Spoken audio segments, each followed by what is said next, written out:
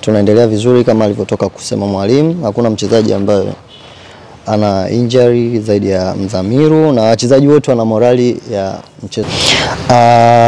Simba haimwangalii mtu.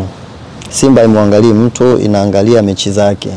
Kwa hiyo sisi tunaangalia mechi zetu, na alhamdulillah Simba wana kikosi kikubwa ambao kila mchezaji ambao wanaweza kumweka anacheza vizuri. Kwa hiyo watu wamejiandaa kwa ajili ya kila mechi, kwa sababu kila kitu ambacho tunakipigania tunakihitaji kukileta Msimbazi. Kwa hiyo mechi ngumu, sio viporo tu. Mechi tangia tunaanza kucheza ya ligi ni ngumu. Kwa hiyo mechi yetu ya ndani ni ngumu.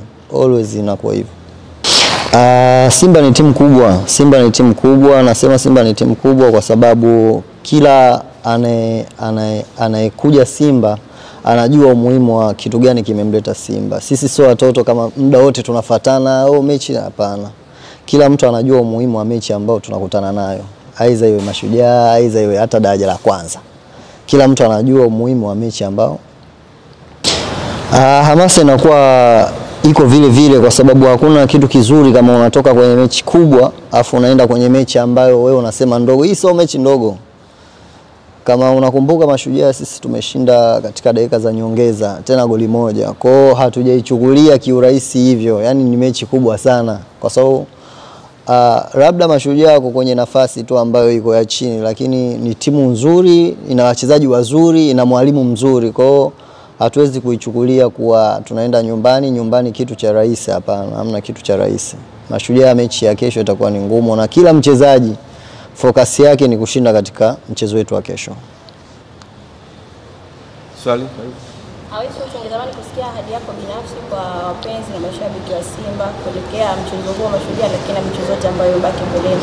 Ahadi siwezi kutoa kwa sababu siwezi kucheza peke yangu, lakini ninachoahidi wana Simba waje washuhudie timu yao, kwa sababu wachezaji wana morali na tunatamani kabisa yani kurejesha heshima ya timu ya Simba. Karibu. Awesu wana Simba wana furaha sana, na inawezekana mapokezi yenu pale airport yakafanya wachezaji kama mnaona namna gani ambavyo wana Simba wamefanya kutokana na hatua ambayo imeweza kufikia. Kutoa ubingwa kwa wana Simba ni hamu ya kile ambacho walikuwa wanakitaka kutokana na kukosa kwenye misimu kadhaa iliyopita. Mnajiona mna deni kama wachezaji kwa mashabiki wa Simba kulingana na namna ambavyo mafanikio mnayoyapata msimu huu ni furaha kubwa kwao? Deni tunalo kama alivyotoka kuongea mwalimu. Tumeshangilia dakika 90 zilivyoisha mechi ya kule, lakini baada ya kurudi katika maeneo yetu ya kazi, ile furaha sisi wachezaji kama wachezaji haipo tena. Tuna focus na vitu ambavyo viko mbele yetu, kwa sababu hii ni kazi na tuko kwenye kazi.